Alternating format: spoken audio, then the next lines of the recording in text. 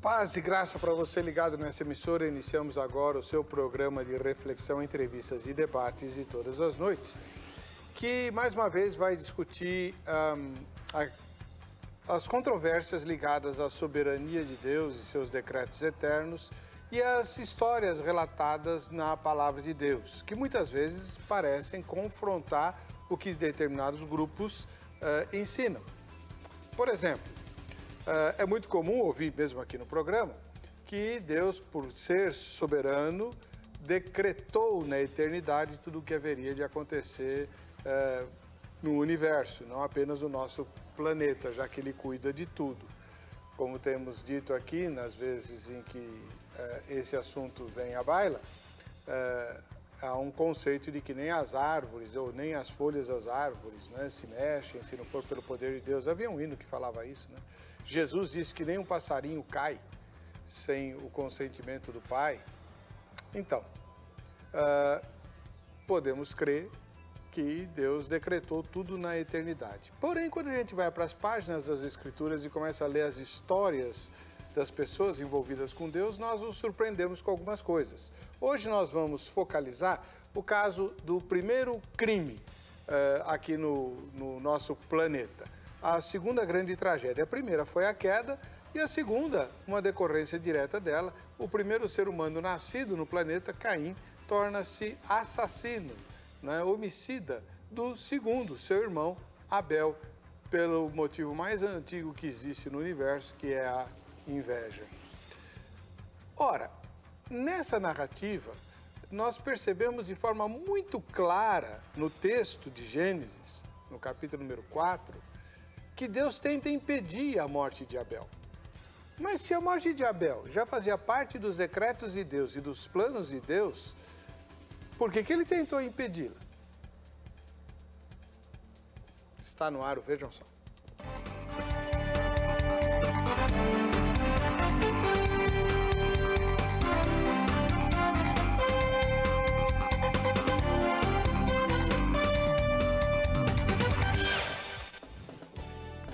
Olá, em nome da Academia Teológica da Graça de Deus, a Agrade, iniciamos mais essa edição do programa Vejam Só. Hoje recebendo com muita alegria o pastor Messias Santos, ele é ministro da Igreja Batista Regular. Paz e graça, pastor Messias, tudo bem? Paz e graça, reverendo Weber, uma alegria estar aqui com vocês. E, como bem dito, quero agradecer mais uma vez, né, a oportunidade de estar aqui. E sou pastor da Igreja Batista Regular Boas Novas, na cidade de Diadema, bairro de Pirapora. Boas Novas é o nome da igreja local, isso. Não é o da denominação? Não, a Igreja Batista Regular, é a denominação. É uma das mais antigas denominações de origem batista, né? Sim. O endereço lá, pastor? É Rua Júlio Campos Rodrigues, número 180, no bairro de Piraporinha, Diadema. Já tem reunião presencial? Estamos tendo aos domingos somente uma reunião às 18 horas. Muito obrigado pela presença do senhor. Eu que agradeço. A Piraporinha pertence a Diadema? Sim. Eu não sabia. É um bairro de Diadema. É um bairro de Diadema. Isso. Faz divisa com São Paulo. Isso. Tá certo. Muito obrigado. Do outro lado, o pastor Juliano Fraga, que viajou de Campinas para São Paulo para participar do programa. Ele é ministro da Igreja de Assembleia de Deus do Ministério Belém. Seja bem-vindo, pastor. Paz e graça. Graça e paz, reverendo Weber. Graça e paz, pastor Messias. Um privilégio, reverendo Weber, estar aqui e de alguma forma contribuindo para o reino de Deus num programa de tamanha relevância que é o Vejam Só. E tenho certeza que será um bom debate e aqueles que nos assistem, com certeza, irão ser edificados, né, por tudo aquilo que será tratado aqui nesta noite. E onde fica a Igreja do Irmão? A Assembleia de Deus Ministério Belém, sede central, onde eu congrego, presidida pelo pastor Paulo Freire da Costa, fica na rua Pastor Cícero Canuto de Lima, número 160, Parque Itália, cidade de Campinas. Muito agradecido pela presença. Muito obrigado, pastor Weber. Vamos ver a matéria que apresenta o tema de hoje e em seguida ouviremos os nossos especialistas de plantão. Vamos lá.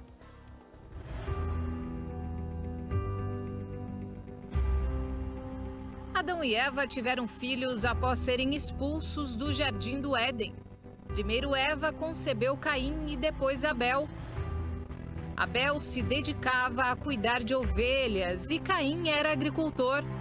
A história bíblica diz que certo dia Caim ofereceu a Deus alguns produtos de sua agricultura. E Abel ofereceu o seu melhor cordeirinho. Deus se agradou de Abel, mas rejeitou a oferta de Caim. Com isso, Caim ficou furioso e teve inveja de seu irmão. Deus tentou conversar com Caim, dizendo: se procederes bem, não é certo que serás aceito. Se todavia procederes mal, eis que o pecado jaz à porta. O seu desejo será contra ti, mas a ti cumpre dominá-lo. Na sequência, o texto diz que Caim convidou o seu irmão Abel para ir até o campo e lá o matou. E aqui entra a nossa pergunta de hoje. Se a morte de Abel já estava decretada, por qual motivo Deus tentou evitar? No diálogo de Deus com Caim, fica evidente que Deus orientou sobre a questão do pecado e de dominar o desejo, que era exatamente isso que Caim deveria fazer. Mas qual o objetivo dessa fala quando afirmamos que Deus controla todas as coisas e já teria Ele mesmo decretado a morte de Abel? Como podemos entender essa questão? Será que existia a possibilidade de Caim ouvir a orientação de Deus e então não cometer o assassinato? Essa é a discussão do debate do Vejam Só de hoje. Fique ligado, nosso bate-papo já está no ar. Muito bom, muito legal a matéria, as imagens do Daniel perfeitas, o texto do Zeca sempre impecável, né? E a locução muito profissional da Juliana, né? Nossa gratidão a toda a equipe, inclusive o pessoal técnico da edição e tudo mais. Vamos ouvir então os nossos convidados. O pastor Juliano Fraga, da Igreja Assembleia de Deus do Ministério Belém. Na sua primeira fala, pastor, como é que o senhor responderia à pergunta tema? Se a morte de Abel já estava decretada por Deus, por que ele tentou impedir? Reverendo Weber, ocorre o seguinte, no versículo de número 5, nós temos tanto Abel quanto Caim trazendo as suas ofertas. São várias interpretações acerca da oferta, e esse não é o tema, mas pós-lei nós entendemos que as ofertas elas tinham 3 elementos, oblação, libação e cheiro suave. O texto deixa claro que o Abel ele trouxe o melhor do animal e da gordura. Então tinha a oblação, o animal, a libação, o sangue, o cheiro suave, a gordura. Mas existe uma ausência destes elementos na oferta de Caim, que possivelmente pode ter sido este o motivo que fez Deus se destoar, né? Deus ele não considera, o termo hebraico dá esse sentido que Deus não considera a oferta de Caim. Sendo assim, Deus percebe e vê que o semblante de Caim cai e que a ira toma conta do coração de Caim. Logo nós entendemos já no versículo de número 7, que Deus ele traz uma advertência a Caim, mas essa advertência ela mostra a possibilidade que Caim tinha de assim não o fazer. Deus mostra para Caim que ele tinha a possibilidade de não matar o seu irmão. Deus já previu o coração e o intento de Caim e que este era o intento de Caim, a sua conduta. E há uma condicionante no versículo de número 7, que em hebraico é o vocábulo in. Esse in, essa condicional de se procederes bem, não é certo que será aceito.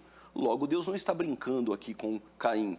Este se, essa condicionante, ela aparece em outros textos, por exemplo, no Novo Testamento. Se com tua boca confessares, se com teu coração crede, eis que estou à porta e bato, se abrir, e a ideia de estar à porta, Deus traz advertência e mostra ainda para Caim que o pecado está à porta. O termo hebraico estar à porta é estar esticado como um monstro à espreita, esperando uma ação de Caim.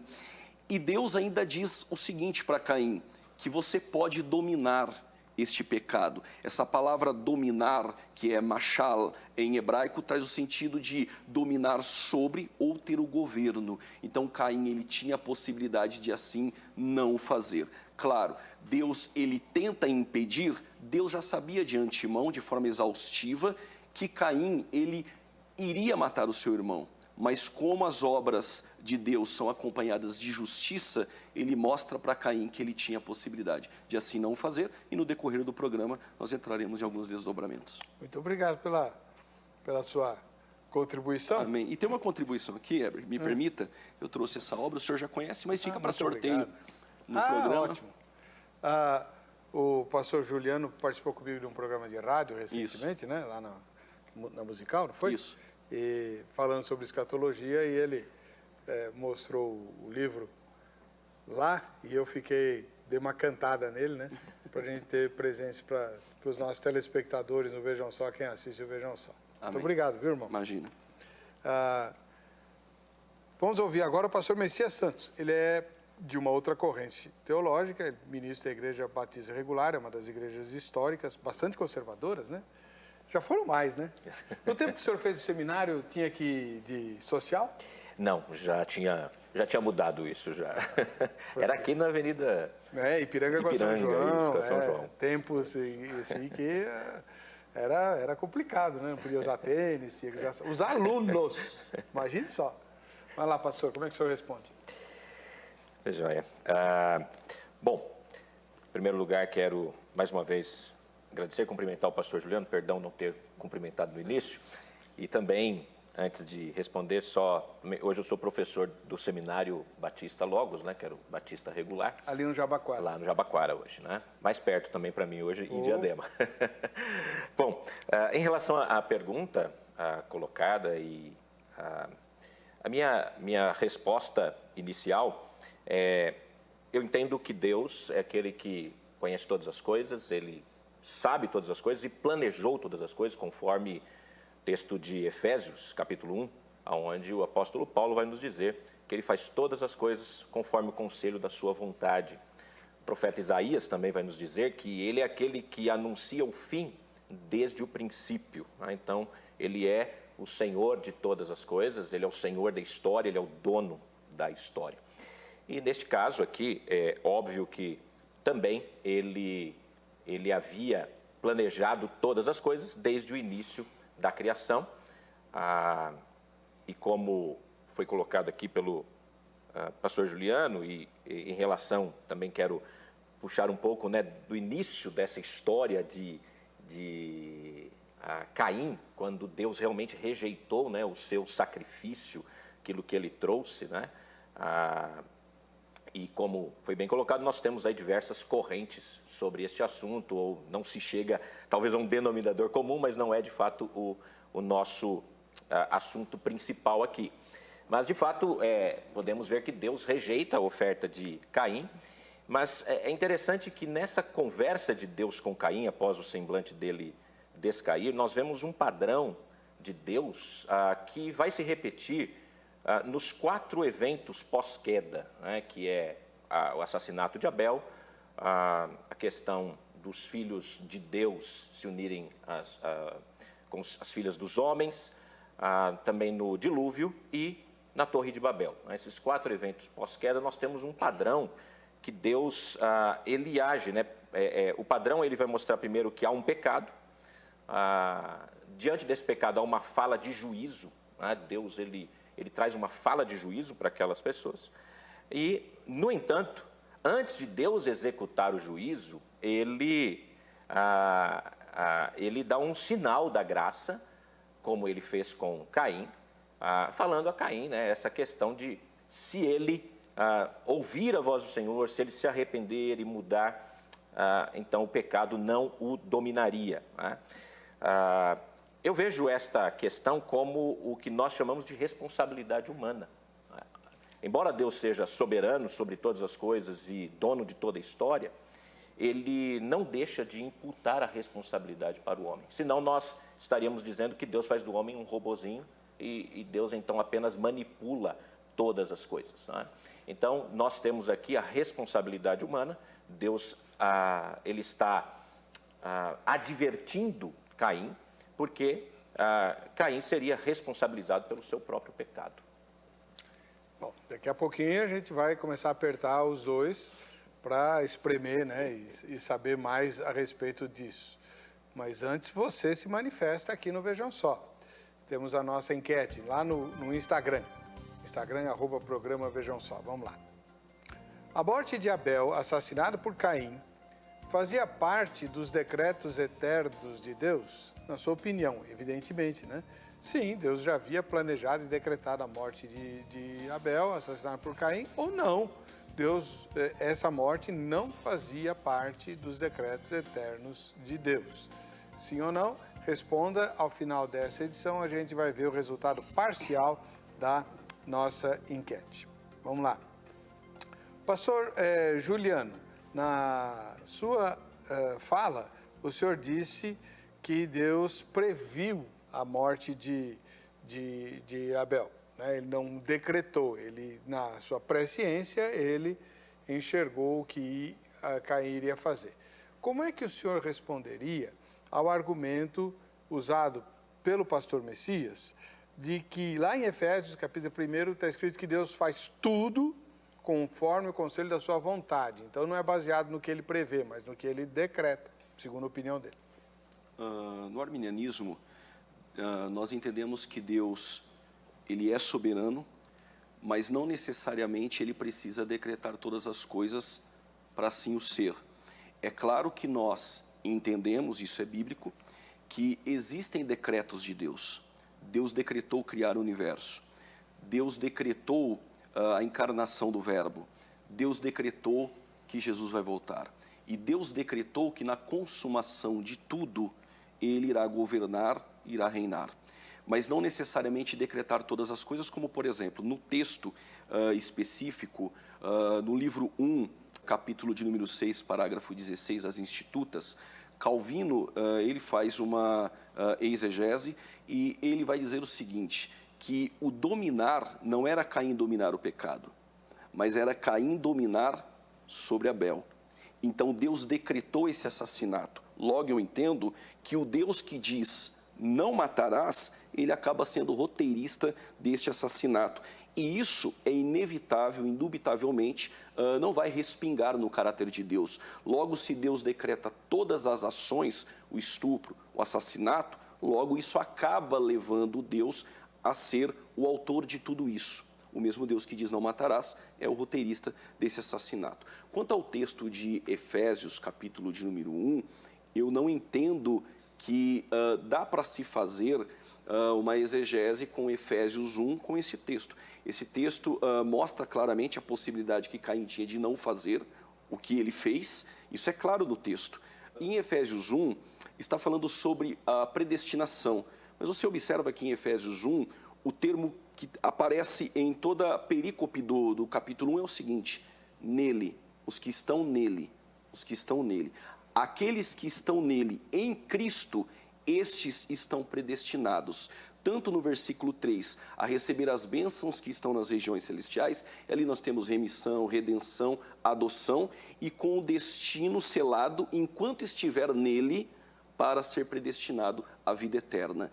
Então, Deus, ele faz segundo a sua vontade? Claro que Deus faz segundo a sua vontade. A vontade de Deus é, para aqueles que fossem crer nele, ele iria predestinar para a vida eterna. E o texto de Romanos 8 fica muito claro, porque os que dantes conheceu, e ali não é de forma nenhuma algo afetivo esse conhecimento. Este conhecimento é presciente de antemão. Já o calvinismo usa a ideia de afeição, mas não há nenhum texto bíblico, não há nenhum dicionário grego que dá esse respaldo ao termo prognóstico. Sendo assim, os que dantes conheceu, estes ele predestinou. E quem é aquele que ele conheceu? Aquele e aqueles que o amam. Então, Efésios 1, eu acredito que a vontade de Deus ali específica nada tem a ver com Deus decretar todas as ações, como aqui fica muito claro um assassinato no capítulo 4, na narrativa do Gênesis, que, ao meu ver, e isso volto a dizer, acaba respingando no caráter de Deus. Só mais um minutinho, o rabino Shlomo de Troyes, considerado como Rashi, este rabino, um erudito exegeta extraordinário do nosso período medieval, ele faz um comentário sobre a Torá, o Pentateuco. E no texto de Gênesis 4, aqui proposto pelo programa, ele diz o seguinte, comentários dele, que se Caim procedesse bem, ele teria de Deus o perdão. E é isso que eu acredito. Agora, eu creio que Deus prevê e vê todas as coisas, mas Deus não decreta todas as ações dos homens. Agora, muito explícita a fala do irmão, mas eu só queria que o irmão explicasse um pouquinho melhor o escrito de Calvino. Calvino escreveu o quê? Nas Institutas, livro 1, capítulo 6, parágrafo 16. Calvino entende que o ato de dominar, Cumpre a ti dominá-lo, a fala de Deus. que no texto aqui, com uma simples exegese, você percebe que Caim teria que dominar o pecado, que estava esticado à O porta. pecado te jaz à porta, cumpre a mas ti dominá-lo. para Calvino, não é isso. É o quê? Caim dominar Abel. E que a atitude de Caim, o assassinato, foi ordenado por Deus. O senhor tem certeza disso? Absoluta. Bom, o senhor decorou, né, o texto das institutas? Sim. É porque, eu acredito assim, até para nós não colocarmos alguns bonecos de palha, alguns espantalhos, em debates com os nossos irmãos calvinistas, com todo respeito, é importante nós lermos até para não levantarmos suposições que não faz parte da crença. E se em algum momento aqui eu disser algo que não faz parte da crença do irmão, o irmão pode ter toda a liberdade de me corrigir. Calvino não está aqui para se defender e o pastor Messias não é obrigado a ser especialista em Calvino. Se quiser comentar, se o senhor tem conhecimento disso, eu não tinha conhecimento dessa afirmação das institutas, mas, pastor Messias, fica complicado, né? Eu não conheço essa... Na verdade, eu nunca li todas as institutas, né? Então, eu já li algumas coisas, mas até pelo fato de ser batista, então não faz tanta parte da nossa confissão de fé, né? Se fosse o que Spurgeon tivesse falado, ou alguma coisa assim, talvez eu tivesse um pouco mais do que falar. Vocês, a Batista Regular esposa ou já esposou a Confissão de Fé de Westminster? Nós conhecemos, né, Confissão de Fé, mas a Confissão Batista Regular, ela é própria, tem os distintivos batistas regulares, né? Okay. Embora eu goste muito da Confissão de Fé de 1689, que é bem baseada bem próxima da Confissão de Fé de Westminster. Ok. Muito bem. O irmão citou Efésios, capítulo 1, para falar sobre as ações de Deus, né? Então, pelo que eu entendi, o senhor esposa a ideia de que Deus decretou, sim, a morte de Caim. Uhum. Com qual propósito? Bom, entendo que ele decretou porque, bom, primeiro, como eu já disse, ele decretou todas as coisas, não necessariamente, e aí eu entro, às vezes tem aqueles pouco exagerados que acho que até o meu movimento da mão, né, foi todos esses movimento da mão, a roupa que eu escolhi, os detalhes, Deus planejou isso, escreveu. Não chego a este ponto, né? Agora, eu acho que, de uma maneira que o texto nos mostra, a questão de Deus ter decretado este evento é uma demonstração clara do que o pecado já estava fazendo no coração humano. Ou seja, é uma situação que demonstra claramente o que o pecado ele pode levar ao homem, ao ponto de Caim, pelo fato de não ter sido aceito por Deus, né? Não ter sido aceito naquilo que ele ofereceu ao Senhor, que não era o melhor, né? O texto deixa claro que, quando a gente olha, ele trouxe, né, do que ele plantou. Enquanto, quando a gente vê Abel, ele trouxe das primícias, né? Ele escolheu o melhor para trazer para o Senhor. Então, isso já demonstra também o coração de Caim, um coração que não tinha o mesmo temor ao Senhor. E o pecado é algo grave, o termo realmente bem colocado, né? Esse pecado de asa à porta realmente é uma ideia de um monstro, de alguma coisa que vem para devorar, para destruir. E esse é o resultado do pecado. Então, nós vemos, não só aqui, mas como eu disse, nos 4 eventos subsequentes à queda, essa demonstração de como o pecado ele vem para destruir de fato o homem. Né? E aí, nesse aspecto, até colocando aqui uma referência ao que o pastor Juliano colocou, né? Quando ele disse que eu acho que isso não muda o caráter de Deus, o fato dele ter decretado, porque ele mandou Saul matar todos os amalequitas. Né? Ele é o mesmo Deus que disse não matarás, ele falou para Saul matar até as crianças de peito. Né? O que para a gente talvez seja uma crueldade, mas Deus mandou. e castigou Saul, e Saul perdeu o seu reinado porque Saul, de fato, não cumpriu a ordem de Deus. Depois Davi tem que fazer aquilo, né? Por ordem de Deus. Né?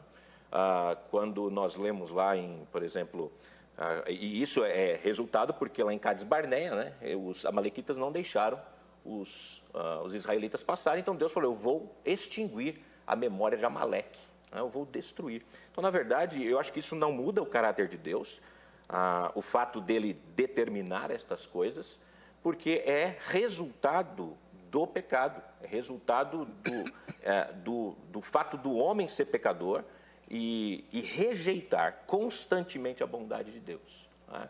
Como eu disse, nesse padrão de Deus, ele nunca pune sem avisar. Né? Ele avisa e ele vai punir de fato, porque o homem ele é responsável. Aí talvez fale, mas como que a gente pode juntar essas duas verdades? Né?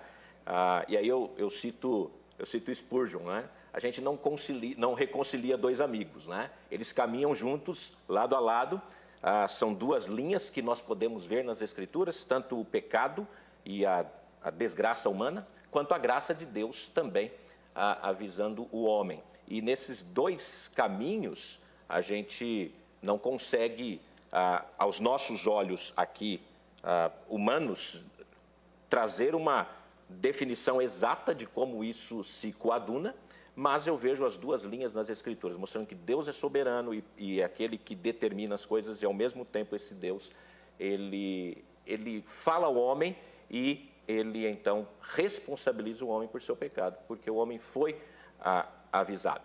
O fato é que, embora a gente veja, né, se você fizer isso, se você fizer aquilo, mas esse se sempre ficou no si, nunca teve uma mudança. A gente vê ocasiões aí que Deus avise o homem, mesmo assim ele vai fazer, porque é do coração humano, está inclinado para o mal. O senhor se declara um calvinista? Sim. Muito bem. As coisas... mas deixa eu fazer mais uma perguntinha para o senhor. O propósito, então, de Deus com a morte de Abel era evidenciar as consequências do pecado?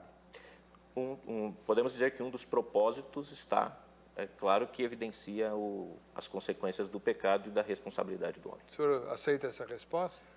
Olha, Heber, eu entendo que o pecado ele trouxe consequências.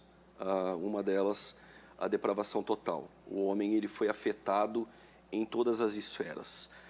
Mas essa depravação ela não é intensa ao ponto de o homem ser pior do que ele já é.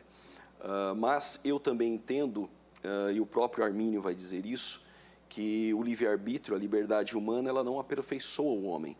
Mas assistida pela graça, o homem ele pode ter escolhas. O pecado de Adão, como no calvinismo se defende, eu não sei se o irmão é supra-lapsariano ou infra, nós temos vários calvinistas trazendo textos em seus escritos que Deus decretou também a queda de Adão. Agora, o fato de a imagem e semelhança de Deus ser afetada no homem, ela não foi destruída. E você observa isso em Gênesis capítulo 9, versículos 5 e 6, Tiago capítulo 3, versículo de número 9. Mesmo as consequências do pecado tendo afetado o homem tem possibilidade de fazer as suas escolhas. E aí, quando o irmão cita punições, existe uma vontade consequente, e neste caso não antecedente. Não foi decretado nos decretos eternos, e o calvinismo usa algumas nomenclaturas, como vontade secreta, ou tentando, num compatibilismo, né, de viés filosófico, a responsabilidade humana com os decretos de Deus, que para mim é incongruente isso, mas eu entendo que as punições de Deus em seus castigos são devidos às ações do homem. E essas ações do homem faz Deus ter uma reação. E Deus ordena em uma vontade consequente que haja essa punição, como aconteceu com o próprio Saul, ele perdendo aí o reino em Israel. Então eu entendo que o pecado original, o pecado afetou o homem, herdado de Adão, mas o homem não é tão mau ao ponto que ele não possa ter escolhas e fazer assim as suas escolhas. Inclusive, reverendo Weber, este texto aqui de Gênesis 4, nós temos 4 menções de Caim na Bíblia. Esta no Antigo Testamento e 3 no Novo Testamento. No Novo Testamento nós temos Judas, capítulo 1, versículo de número 11, aqueles que entraram pelo caminho de Caim e o entraram na voz média, eles entraram porque quiseram e vão sofrer o efeito dessa decisão. Também nós temos Hebreus 11:4, mas aí não trata muito de Caim, a ideia ali está enfática em Abel, mas o que me chama a atenção é na primeira epístola de João, capítulo 3, versículo 12. Não como Caim, que era do maligno e matou o seu irmão. E por que causa o matou? Porque as suas obras eram más e a de seu irmão era justa. Claro que Caim, por consequência do pecado, ele tinha obras más, mas o texto vai dizer que elas eram malignas. E no contexto, que João está dizendo o seguinte, que aqueles que são filhos de Deus, que fazem o bem, assim são chamados. Mas aqueles que praticam o mal são chamados de filhos do diabo, aqui essa expressão. O que dá para entender aqui numa simetria com o versículo de número 12, a obra de Caim sendo maligna é influenciada pelo maligno e ele aparece aqui no texto, então, como filho do maligno. Só que o que me chama mais atenção é no versículo 8, que o texto vai dizer que Deus enviou o seu filho para desfazer as obras do diabo. Logo, o Deus que decreta é o Deus que ele vem desfazer aquilo que ele decretou. E eu acredito que aí parece que o Deus retratado no calvinismo, com todo respeito ao pastor Messias, é um Deus incongruente e que não faz sentido a Bíblia, porque ele decreta, mas ele vem desfazer aquilo que ele decretou. Ele decreta, mas ele pune o homem depois por conta disso. E o Caim, quando chegar no juízo final, e aí abre-se o livro das obras, e eu não sei porque tem juízo final no calvinismo, porque se abrirá o livro das obras com o livro da vida, o livro das obras estão obras, mas obras que foram decretadas e serão julgados por ela. Então Caim poderia muito bem dizer a Deus o seguinte, olha, eu obedeci, eu fiz conforme a sua vontade. Se Deus, ele exerce a sua vontade de forma efetiva e o homem pode assim não fazer, em cima dos decretos de Deus, para que julgar então o homem com essas obras, se eles assim obedeceram? Bom, eu volto para, até faltou na minha anterior resposta, para Efésios capítulo 1, embora o pastor tenha discordado de usar Efésios capítulo 1, mas eu vejo muito claro em Efésios capítulo 1, e uma boa exegese do texto, vai nos mostrar claramente ali que nós temos 3 eventos, passado, presente e futuro. Efésios capítulo 1 mostra o Deus que predestinou na eternidade e determinou as coisas na eternidade. Nós temos isso claro. Depois nós temos, a partir do verso 6, parte B do verso 6 até o verso 11, mais ou menos, nós temos o Deus que age no presente, salvando aqueles que ele elegeu na eternidade e predestinou. E os versos 12, 13 e 14 mostram o selo do Espírito como a promessa da herança que teremos para a eternidade. Então, nesses poucos versos, nós temos uma definição de todo o plano de Deus feito desde a eternidade passada, assim chamado pelos teólogos, embora a eternidade não exista passado ou presente ou futuro, ela é eternidade, mas nós, como vivemos no tempo, então criamos tais nomenclaturas. Então, na eternidade passada, Deus decretou, no presente ele cumpre, no futuro ele vai, então, nos dar aquela herança, conforme Efésios nos mostra. Então, por que eu estou citando isso? Para voltar para Caim, mostrar, então, que toda a história, ela está definida pelo próprio Deus. E esses atos humanos, embora o pastor tenha colocado que o homem vai ser como se ele fosse culpado de uma coisa que Deus decretou, sim, porque Deus o avisa e ele tem realmente a escolha, mas a escolha dele sempre vai ser para o mal, nunca vai ser para o bem, porque o seu coração, embora ele ainda tenha, ainda que de uma maneira bastante destruída a imagem de Deus, mas não totalmente apagada, ele ainda mantém alguma coisa da imagem de Deus dentro de si, mas ele é mau porque a própria Bíblia declara isso. Romanos, Paulo citando os Salmos, né? Ele deixa muito claro, não há um justo, não há nenhum sequer, todos se extraviaram, umas se fizeram inúteis, não há quem busque a Deus. Nós temos diversos textos que mostram claramente que se Deus não buscar o homem não busca ao Senhor. Por quê? Porque as escolhas do homem sempre são escolhas para o mal, nunca escolhas para o bem. Ele nunca vai escolher a Deus, ele nunca vai escolher a salvação.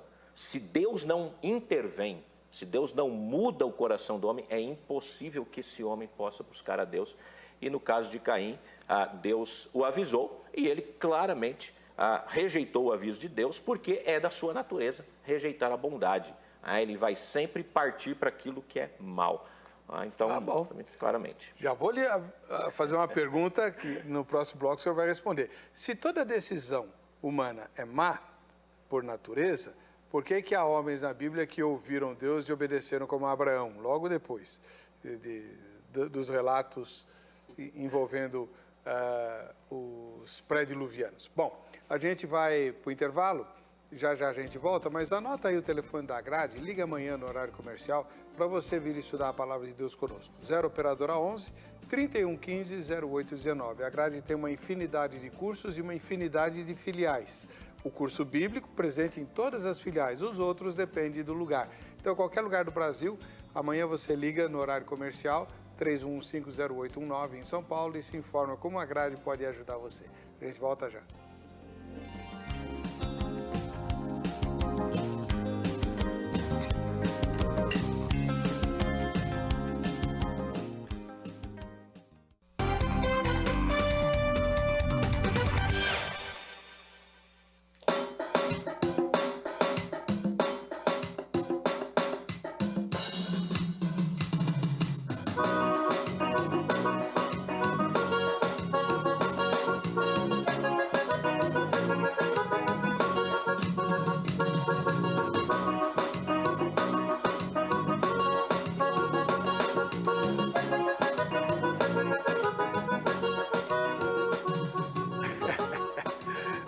Esse Deus é tremendo, né?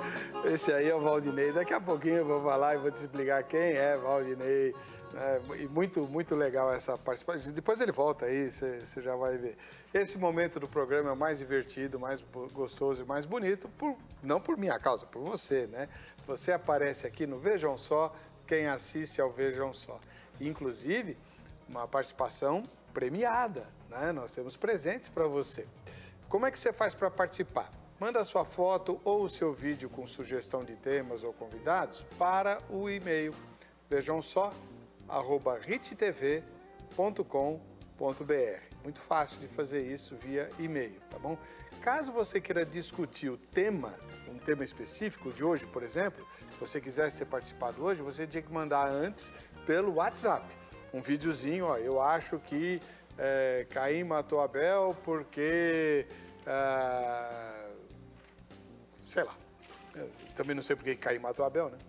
Então tá o nosso WhatsApp é o mais 5511, né, de São Paulo, 94595-2133, 4595-2133. Todo mundo que participa do quadro Vejam Só, que assiste ao Vejam Só, concorre ao presente. E o presente atual é o livro do pastor Marcos Granconato, um dos campeões de audiência aqui do programa, né? O livro A Cabeça de São Bernardo das Correntes, livro que é escrito por ele para ensinar os conceitos básicos da fé e também contar para sua filha adolescente como é que a igreja cristã era na infância dele, na juventude e é até hoje, né? Como ela chegou a ser o que é hoje, de uma narrativa muito assim curiosa, eu planejei ler um capítulo com a minha família, quase fui linchado, e como eu só tinha um manuscrito do pastor Marcos, eu só tinha 3 capítulos na mão, não tinha o livro, eu tive que ler os três capítulos e ainda ficaram bravos comigo porque não tinha o resto. Estou falando isso para você porque realmente é muito legal, né? E é o presente que nós vamos sortear aqui. Então, o que você não faz? A sua parte. Pega, faz a sua foto, manda para nós, faz o seu vídeo, manda para nós e a gente vai pôr você aqui. Por exemplo, hoje a gente tem a foto de dois irmãos lá de Serra, no Espírito Santo. Maurício e Maraísa. Olha só que casal bacana, né? Maurício e Maraísa. Louvado seja Deus pela vida de vocês. Muito obrigado pela sua audiência aí em Serra, no Espírito Santo. E no Rio de Janeiro, o pastor Paulo César, nosso telespectador lá, né? Pastor Paulo César, seja muito bem-vindo ao programa. Quando passar por São Paulo, avisa a gente para nós trazermos o irmão aqui participando de algum tema. Já avisa, né? Qual é o tema que o senhor gosta de discutir, tá bom? Um ósculo santo para a sua comunidade. E o Valdinei, aquele que você viu tocando o teclado, ele é mais conhecido como Catatal do Acordeon. Ele é lá de Juazeiro, na Bahia, né? E como o acordeão dele está quebrado, ele usou o teclado, mas ele é o Catatal do Acordeon e foi o ganhador do último presente que nós sorteamos aqui. Nós vamos mostrar ele no final do bloco, né, Ronaldo? Então vamos ver um pouquinho dele agora, vamos lá. Quero agradecer primeiramente a Deus por essa grande conquista e segundo a todos vocês por essa grande conquista e que Deus continue abençoando nós todos sempre. E um forte abraço de Valdinei, conhecido por Catatal do Acordeon e do Teclado, daqui do Mandacaru 1, em Juazeiro da Bahia. Deus abençoe nós todos sempre. Amém. Amém. Tem Juazeiro na Bahia, tem Mandacaru na Bahia. Que coisa, né? Eu sempre achava que isso era lá no Ceará, mas não, é também na Bahia. E um abraço bem forte. Depois ele vai tocar mais um pouquinho para nós aqui, que é muito legal. O Catatal do Acordeon, um ósculo santo para você e para toda a sua comunidade aí, meu irmão. Bem, vamos voltar para o nosso debate de hoje, que é bem... um tema bem azedo, né? A morte, o primeiro assassinato, a primeira morte narrada nas Escrituras foi justamente envolvendo os dois primeiros seres humanos nascidos no planeta. Ah, mas não foram Adão e Eva que nasceram? Não. Adão e Eva foram criados já adultos. Nascer mesmo, ter cordão umbilical e tal, foi Caim e depois Abel. E os dois primeiros seres humanos nascidos no planeta, olha só a extensão da tragédia, se envolvem num crime de sangue horrível. Tem um texto, acho que de Hebreus, que fala que o sangue de Abel clama até hoje da terra e tal. Nós temos aqui o pastor Messias, da Igreja Batista Regular. O senhor fez 2 vezes referência a 4 eventos que são narrados nas Escrituras logo após a queda e que seguem o mesmo padrão. Eu queria que o senhor dissesse novamente quais são esses 4 eventos e por que eles não se repetem depois da chamada de Abraão.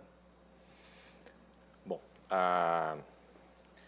os 4 eventos a gente vê que o primeiro é o assassinato de Abel, né? Caim mata Abel, e então há um pecado, né? Como disse, há uma palavra de juízo, uma palavra de Deus para com aquela pessoa ou de alguma forma com a comunidade, como é nos outros casos, no sentido de mostrar para ele o coração dele e a necessidade de arrependimento. E, por fim, o juízo, né? No caso, os 4 eventos terminam com o juízo de Deus, né? Tanto para Caim quanto nos outros eventos. Outros eventos são os eventos quando os filhos de Deus... e é um outro tema bastante polêmico, né? Os filhos de Deus se unem às filhas dos homens. Então, nós temos também esse mesmo padrão. Nós temos depois, no dilúvio, né? Durante o período em que Noé estava construindo a arca, nós temos isso registrado pelo apóstolo Pedro, depois que Deus estava, por meio de Noé, anunciando, né? Até o evangelho, e o juízo que viria caso não houvesse arrependimento, como de fato não aconteceu, né? E foi salvo apenas 8 pessoas. E depois nós temos a Torre de Babel, que também é um evento que nós segue esse mesmo padrão. Bom, depois, então esse é o período, talvez é o período da história, eu falo que quando eu estudo isso, eu falo que é o período mais longo que nós temos de história, que é da criação até Abraão, e depois é um período bem mais curto, né, de Abraão em diante, porque são tantos anos que se passam desde a criação até a chegada de Abraão. Então, metade da história humana talvez esteja relatada nesses poucos capítulos aí, né, eu creio na Terra recente, né, então acredito aí que algo aí de poucos anos, poucos anos em comparação que as outras teorias dizem. Mas nós temos a partir de Abraão, então, uma nova dispensação, por assim dizer, né? E Deus, então, começa a tratar exclusivamente com o povo, com Abraão, e até esse padrão, na verdade, embora a gente não tenha registrado, não me lembro agora claramente todos os registros para dizer se seguem ou não, mas, de certa forma, o padrão ele não altera, né? Porque nós continuamos sendo, até hoje, né, sendo avisados, a própria palavra nos avisa dos nossos pecados e nos dá a demonstração de que estamos no caminho errado, né? E, naturalmente, que segue-se, então, a consequência no caso de não arrependimento. E aí, independente se o homem já foi salvo ou não, ele vai ter a consequência do seu erro. O irmão é um dispensacionalista. Sim. O agir de Deus varia de acordo com a época. Sim. Tá bem. Bom, o pastor Juliano, ele é ministro da Igreja Assembleia de Deus do Ministério Belém, lá em Campinas. Viajou para São Paulo para participar do programa. Pastor, existem algumas promessas na Bíblia que são muito, assim, a gente gosta bastante, né? Quando Deus nos favorece, a gente gosta bastante. Por exemplo, há várias promessas na Bíblia de que Deus livra o justo, né? Muitas são as aflições do justo, mas de todas Deus o livra. Tem um salmo que fala, se não me engano, é 34, que fala explicitamente isso. Pois bem, aí a gente vai para o relato do assassinato de Abel. Quem era o justo e quem era o ímpio? O justo era Abel, o ímpio era Caim. Deus não livrou o justo, Abel morreu de forma covarde pelas mãos sanguinárias do seu irmão Caim. E Deus vai e põe um sinal em Caim para proteger Caim. Como é que eu vou ler, então, e acreditar na promessa de que Deus livra o justo, apesar das suas tribulações, se na primeira história da Bíblia, de conflito, o justo é barbaramente assassinado e injustiçado e o assassino é que é protegido por Deus? Reverendo Weber, é um problema, este não só meu, mas acredito também do pastor Messias, que é o problema da Teodiceia, é o problema do mal. No século IV a.C., Epicureu de Samos, ele tentou resolver esse dilema, mas ele acabou não resolvendo. Se Deus ele pode, assim, intervir que ocorra o mal e ele não faz, logo Deus não é onipotente. Mas ele também vai dizer o seguinte, que se Deus ele pode, mas não quer, logo ele é mau. Mas se ele pode e quer, por que ele não faz? E essa interrogativa e esse dilema não ficou somente em Epicureu. Essa premissa da Teodiceia, ela cruza os anais da história. Mas eu acredito que o texto de Salmos, ele não é uma promessa de que todos os justos eles serão livrados. Por exemplo, nunca vi um justo desamparado, nem sua descendência mendigar o pão. Ora, o justo não passará por necessidade? Paulo passa, Filipenses capítulo 4, ele teve fartura, necessidade, mas ele se contentou com a graça, né? Ele vai dizer, posso todas as coisas naquele que me fortalece. Agora, o fato de Deus permitir o mal não significa que ele decreta o mal. E também, no caso, por exemplo, de Abel, Deus permitiu que assim ocorresse. como Deus permite algumas coisas acontecerem na história. Os pensamentos de Deus são maiores do que os nossos. E nós confiamos em Deus ao ponto de entender que Deus está fazendo ou permitindo o melhor. No caso, ficaria difícil chegar, por exemplo, para um familiar, e aqui estou conjecturando, de Abel e dizer assim, não, foi Deus que decretou isso. Não, mas foi Deus que permitiu. Deus ama, mas Deus, ele se autolimitou, e por ninguém fora dele, ele se autolimitou a facultar ao homem a liberdade ainda que limitada. E o mau uso do livre-arbítrio, porque Deus é o Deus de amor.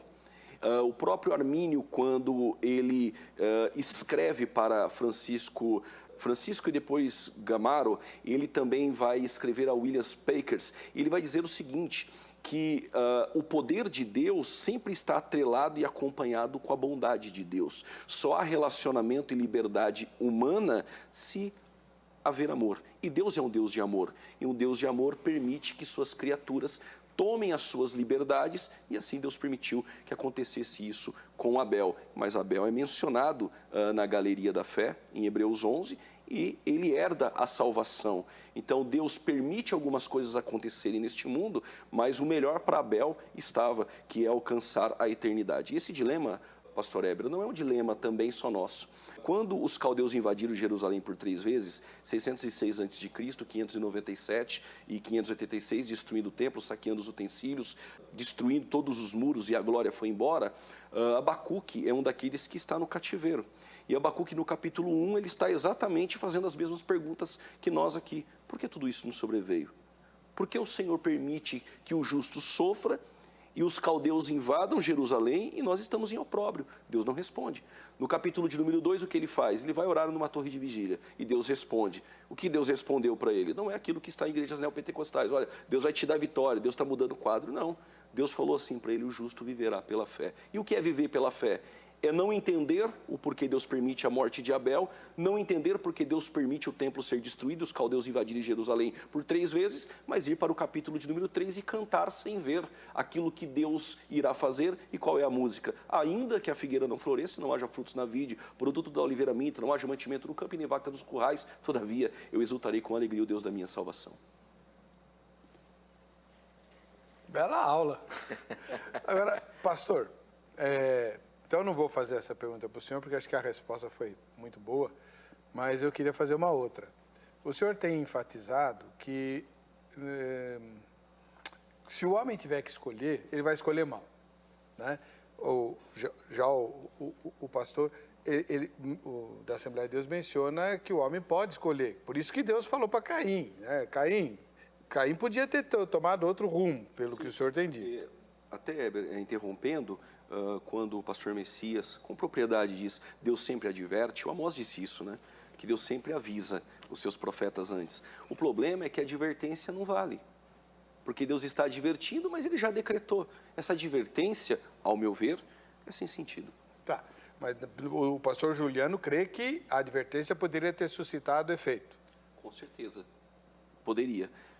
Caim tinha a possibilidade de assim não o fazer. Mas isso eu não quero dizer que Deus não viu de antemão. Não, sim. Sim, mas ele tinha a possibilidade. O texto é muito claro, Heber. Inclusive, não há uma referência na Bíblia, nos 4 textos mencionados acerca de Caim, que aquilo foi um decreto, que Caim não tinha a oportunidade de assim não fazer. Tá. Já o pastor Messias diz, não adianta Deus dar liberdade ao homem, porque o homem não é livre. Ele pensa que é, mas na verdade o coração dele vai pender sempre para o mal. Nós temos exemplos na Bíblia de homens que ouviram a Deus. Abraão é talvez o maior exemplo, né? Ouviram e Deus abusou dos ouvidos de Abraão. Falou, vou fazer de você uma grande nação. O homem chegou a 75 anos e não tinha filho. 90 anos não tinha filho. Mas eu vou fazer de você uma grande nação. Haja fé. E fez, né? O duro é que Deus fez, mas enfim. Okay. Abraão ouviu. Sim, sim. Como eu ouvi, como nós ouvimos, porque ele nos chamou, né, com uma santa vocação. Aí, quando ele chama eficazmente, o homem ouve e atende o chamado de Deus, né? Ele não vai rejeitar, porque na verdade houve uma manifestação da graça e do Espírito de Deus agindo, porque é o Espírito que nos convence antes de nós podermos dar um passo em direção a Deus. O homem não vai dar um passo em direção a Deus sem antes ele ser convencido pelo próprio Espírito. E quando o Espírito vem e convence, o homem não rejeita. Não há possibilidade do homem rejeitar. Porque se ele rejeita, então ele se torna superior ao próprio Espírito. Ele se torna maior ou tem mais poder, ou os poderes são equivalentes. E isso claramente nas Escrituras mostra que Deus é sobre o homem, e o final último de todas essas coisas é a glória de Deus. Deus está buscando na salvação do homem sua própria glória, porque ele poderia ter deixado todos os homens seguirem os seus caminhos, e o destino eterno de todos seria a perdição. Então, eu vejo que no caso de Abraão, Deus claramente o chama, o tira no meio de uma geração corrupta, como ele fez com Noé. Claramente Deus achou graça, Deus deu graça a Noé. Ele faz com Abraão na sequência, que é um dos descendentes de Noé, a partir de Sem, e que é a descendência escolhida ali quando a gente vê no Antigo Testamento, a nação da onde Deus vai suscitar a nação de Israel. E talvez um contemporâneo ali, anos próximos ali, Jó. Nós vemos Jó que oferecia sacrifícios ao Senhor pelos pecados dele e dos seus filhos. Pessoal, pode ser que eles tenham cometido algum pecado. E quando a gente olha, eu vi uma expressão, não lembro, acho que foi do Richard Belcher, numa das conferências da Fiel, e ele faz uma expressão muito interessante. Ele fala, Jó é um troféu da graça de Deus. Porque quando nós olhamos a história de Jó e o período que Jó viveu, é um período onde ele não tem 1% do que nós temos hoje, da revelação que nós temos hoje. E nós vemos um Jó temente ao Senhor, que amava ao Senhor, que sacrificava ao Senhor. Então, eu vejo claramente nesses exemplos que aqueles a quem Deus amou, chamou, ele então vai no tempo agir para que eles ouçam a sua voz e creiam. Então, só para ficar bem claro, pastor, para o senhor, pastor Messias, os homens e as mulheres que ouviram a Deus e atenderam ao chamado de Deus haviam antes sido convencidos eficazmente pela própria graça de Deus. Sim. Não foi uma decisão livre e soberana dos homens. Não. O senhor concorda? Não, eu não concordo. Vou discordar novamente. Quando Josué, após ele suceder, a legislação que Deus dera a Moisés, após a morte de Moisés, Josué já em sua velhice, por volta dos seus 120 anos, ele sobe em um monte e ele chama o povo, convoca o povo, e no capítulo 24, versos de número 15, ele diz, a quem vocês vão servir?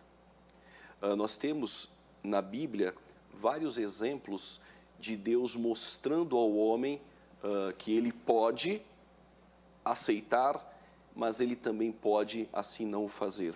Quando nós lemos Marcos, por exemplo, capítulo de número 1, versículo 14 e 15, Jesus disse para eles, arrependei-vos e crê. Por que era necessário se arrepender? Claro, esse arrependimento ele só pode ocorrer unilateralmente pela graça preveniente, mas sempre é colocada essa condição ao homem, arrependei-vos e crer.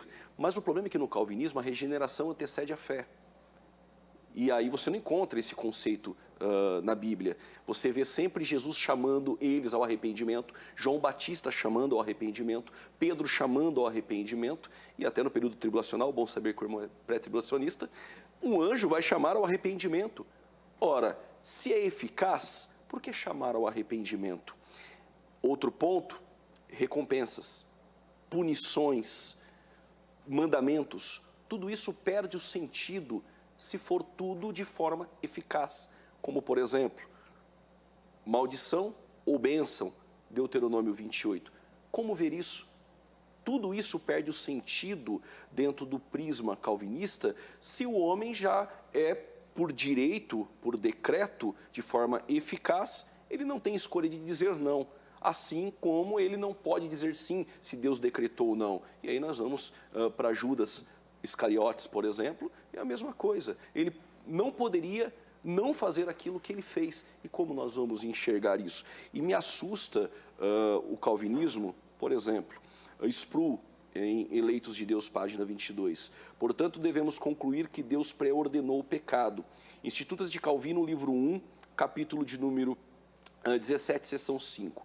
Eu concedo mais. Os ladrões e os homicidas e os demais malfeitores são instrumentos da divina providência, dos quais o próprio Senhor se utiliza para executar os juízos que Ele mesmo determinou. Nego, no entanto, que daí se deva permitir-lhes qualquer escusa por seus maus feitos.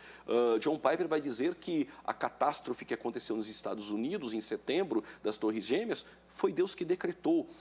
Não só ele também, Edwin Palmer vai dizer que o movimento do dedo, a batida do coração, o riso de uma menina, o erro de um datilógrafo, até mesmo o pecado, nos 5 pontos do calvinismo, página 24, 5. Quem é esse último? Edwin Palmer. Ele vai dizer que até isso que eu estou fazendo aqui agora foi decretado. O pastor Messias falou que isso é um exagerado. Não foi o que o senhor falou? Isso, Esse é um exagerado, um extremado. Esse é o extremado, calvinismo extremado. Agora, então, deixa eu fazer uma pergunta para o senhor, bem rapidinho. Se essa fala das institutas está errada, que Deus usa os ímpios, ladrões e maldizentes para executar seu juízo, por que Jeremias chama Nabucodonosor de minha espada em nome do Senhor? Ele fez isso na Bíblia, por que ele não faria hoje? Sim. Isso ocorre também com o faraó. Então, o coração de Faraó já era endurecido pela própria natureza. A vontade consequente de Deus é Deus reagindo a um coração do homem que já é duro. Deus usa, e aí nós podemos usar um texto que os calvinistas usam muito, Gênesis 50, 20.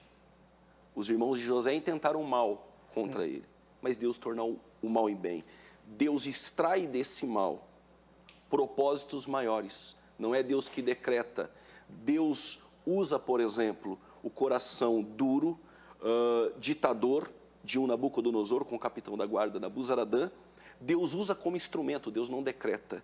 Deus permite um coração que já é duro invadir Jerusalém. Pastor, não só isso, o Ciro, chamado de meu ungido, 200 anos antes dele nascer, porque tem um ponto aqui que eu gostaria de colocar. A profecia não produz o ato. O ato previsto por Deus de forma exaustiva produz a profecia. Se a fonte da presciência for a liberdade humana, o mau uso dela, a responsabilidade recai sobre o homem. Mas quando a base da presciência é os decretos e o determinismo de Deus, isso recai como Deus o culpado. Vamos lá, pastor. Bom, são muitas coisas aí faladas. Pode escolher o que o senhor quiser. Não temos tempo para tudo. Para a gente tratar, né, e conversar aqui. Claro que Deus... só fazer uma referência a Sproul, que o irmão citou, foi um dos livros, Eleitos de Deus. Eu li ele na minha juventude, na outra juventude, que eu ainda sou jovem, mas no começo dela, né? E foi um dos livros que me inclinou para o calvinismo, porque eu não tinha essa visão. Tanto o Eleitos de Deus do Sproul, quanto o livro do A.W. Pink, Deus é Soberano, e Soberania Banida, do Bob Wright. São livros que realmente manifestaram abriram para mim esse entendimento. Bom, no caso da citação que Sproul faz de Calvino, e das institutas, né? Eu creio que ela é verdadeira, porque de fato Deus vai usar todos esses eventos para um bem final, para algo maior. E nesse ponto até a gente não discorda. A diferença é que eu entendo que isso foi decretado por Deus. E eu quero só expor aqui que eu entendo que não existem decretos de Deus. Embora a gente use essa expressão decretos, eu entendo que Deus decretou, Ele fez um decreto. E dentro deste decreto nós temos todas as coisas. Então, Deus não ficou, vou decretar primeiro isso, depois aquilo, porque a gente tenta imaginar Deus com a nossa mente humana. Porque nós fazemos assim. Nós vamos fazer um TCC, um projeto de pesquisa, primeiro é isso, segundo aquilo, depois aquilo outro. Deus não tem essa mentalidade, Deus não age como nós agimos. Ele é Deus, Ele está acima disso. O pensamento dele é mais alto do que o nosso pensamento. Nós não conseguimos atingir os pensamentos de Deus. Então, eu entendo que Deus, na sua soberania, Ele criou um decreto único, que aí abarca toda a história, e aí a ordem de muitas coisas que a gente tenta definir na teologia, eu tenho certas dificuldades de ficar tentando definir as ordens de como Deus faz as coisas, né? Até na questão da salvação, primeiro Deus fez isso, depois fez aquilo. Não, eu entendo que Deus salvou. Mas é aí que está, pastor. Ele interviu. Essa ordem é importante para definir a intenção de Deus. Não, sim. Aí eu vou entrar até nessa questão do que ele citou, né? Da questão de que Deus, ele primeiro, vamos colocar assim, ele primeiro vai convencer o homem e depois do homem convencido, então o homem crê, né? Nesse sentido, eu entendo essa questão. No decreto, eu entendo que é uma coisa geral. Agora, as coisas, elas, naturalmente, que no momento da salvação, eu não sei exatamente o timer disso, mas elas acontecem tão rápido que não dá para a gente colocar assim, falar, passaram-se tanto tempo. Não, aconteceu, né? É algo muito, muito rápido, né? Porque o ato da salvação, é óbvio que há todo um preparo, talvez alguns ouvem o Evangelho por diversos anos, e aquilo fica ali como uma pedra no coração de pedra do homem, nada muda, e em dado momento os seus olhos são abertos, porque ele estava cego, mas quando os seus olhos são abertos, ele enxerga. John Milton, bom exemplo, autor de Amazing Grace. Sim, aconteceu exatamente isso. Então, naquele momento que ele enxerga, então houve a salvação. A salvação, ela é tanto um processo quanto um ato, né? Mas o momento da salvação, ele acontece. No quesito, então, de Deus, ele primeiro, por assim dizer, ele primeiro convence o homem e depois o homem vem à fé e se arrepende dos seus pecados. E quando a gente olha a história bíblica, o pastor citou como Josué e outros, se fizer isso, se fizer aquilo, nós não negamos que a Bíblia coloca de fato essas realidades. Agora, olha a história, qual foi o resultado? Sempre fizeram errado. Sempre fizeram errado. Eles nunca foram para o lado de, não, então está certo, agora a gente viu o que é certo, vamos fazer isso, né? E aí eu volto para a inclinação do coração humano, que é sempre para o mal. O problema da inclinação é o do relógio, que infelizmente o tempo está acabando. Lê os 3 comentários só e a gente vai ter que terminar o programa. O Israel escreveu assim, ele responde sempre à enquete, né? A morte de Abel, assassinado por Caim, fazia parte dos decretos eternos de Deus? Ele responde, não, foi apenas consequência da queda e consequência do pecado que está na humanidade. No caso, a humanidade era Adão, Eva e o Abel, né? Fora o Caim. Késia, de forma alguma, Deus não maquina o mal contra ninguém, mas permite situações. O Renato escreveu, faz parte do livre-arbítrio dado pelo Senhor. Foi uma escolha dele, no caso Caim. Assim como Judas, que também escolheu soberanamente, vamos chamar assim, né? É uma escolha soberana, a escolha de Caim, a escolha de Judas? Não, é o mau uso do livre-arbítrio, concedido ainda de forma limitada a eles. Como tem aqui em Jeremias 19:4, pena que acabou, né? Eu teria até uma pergunta, assim. Que eu transformo em tema. Tudo bem. Se tudo foi decretado por Deus, e aí o pastor deixou isso muito claro, Jeremias 19:5, parece que Deus ele é o incendiário e o bombeiro no calvinismo. Por que edificar os altos de Baal para queimarem os filhos no fogo? Se eu perguntasse, quando Manassés colocou seus filhos no vale de Inom, foi decreto? Eles iriam dizer, foi. Aí o texto diz, mas isso eu nunca lhes ordenei, nem falei, nem me veio ao pensamento. E até o Salmo 5:4, porque tu não és um Deus que tenha prazer na iniquidade. Esse tema com base em Jeremias já está pautado, será agora em outubro. Que bom. O nosso produtor está atrás de debatedores. Se o senhor quiser vir, fala com ele. Sempre as ordens. Infelizmente, nosso tempo acabou, né? Vamos partir para o encerramento do programa, então, agradecendo ao pastor Juliano Fraga, da Igreja Assembleia de Deus, Ministério Belém, e ao pastor Messias Santos, da Igreja Batista Regular Boas Novas, lá em Diadema. Nós publicamos o contato deles para você, caso você queira convidá-los para palestras, sermões, fazer perguntas, etc. O contato está aí, publicado no Instagram, @programa Vejam Só. O resultado da enquete. A morte de Abel, assassinado por Caim, fazia parte dos decretos eternos de Deus? Lembrando que boa parte da nossa audiência é formada por leigos, né? Responderam que sim, 38%, e não 62%. Calvino está se revirando na tumba lá. Se ele ressuscitasse, a gente trazia ele aqui para fazer um debate, né? Junto com Armínio. Junto com Armínio. É lógico. Sim. Né? A gente se vê no próximo Veja Só. Vamos lá.